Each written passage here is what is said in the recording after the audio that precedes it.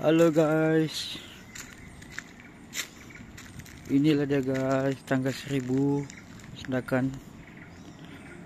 Nih tempat retret sekejap. Tuh jalan dari sana. Di sebelah sana tuh ada istana.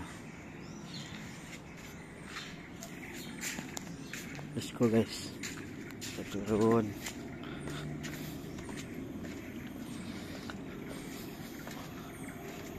Dulu nih famous nih tempat nih. Tempat orang apa macam berada lah, jalan-jalan naik tangga. Dulu tempat ini tidak begini nih. Sekarang sudah dinaik taraf, cantik sudah lah. Tuh Wisma Sendakan. Satu ketika dahulu famous nih Wisma Sendakan nih.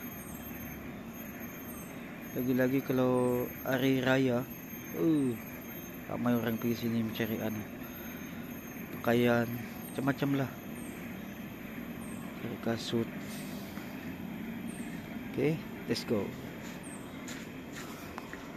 Tuh tangga naik ke atas.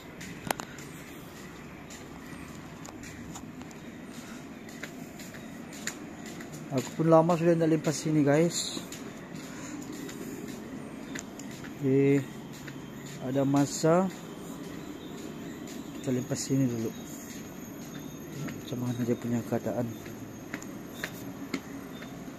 tempat ini. Dulu banyak juga cerita-cerita, tempat berdating lah apalah. Gitu biasalah kan, cerita-cerita dulu. Nice juga.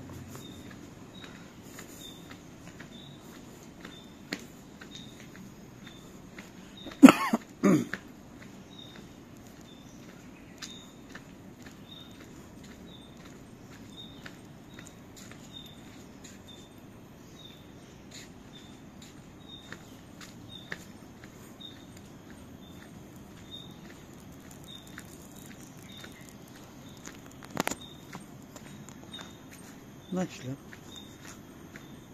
Lama betul sudah tidak pergi sini. Berapa puluh tahun. Dulu masa aku pergi sini masih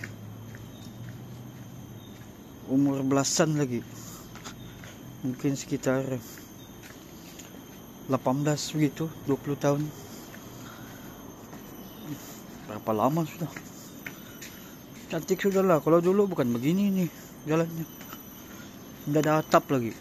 Sekarang orang sudah naik taraf, ada atap sudah. Nih tiang-tiang nih, orang cat sudah. Ada tiang-tiang sudah.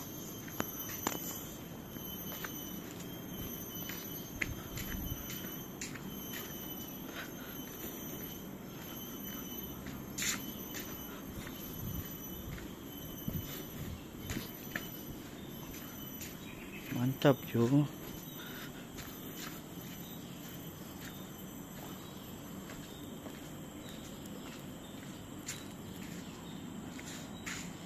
Tuh di bawah balai polis Sendakan sama Wisma Wisma MPS.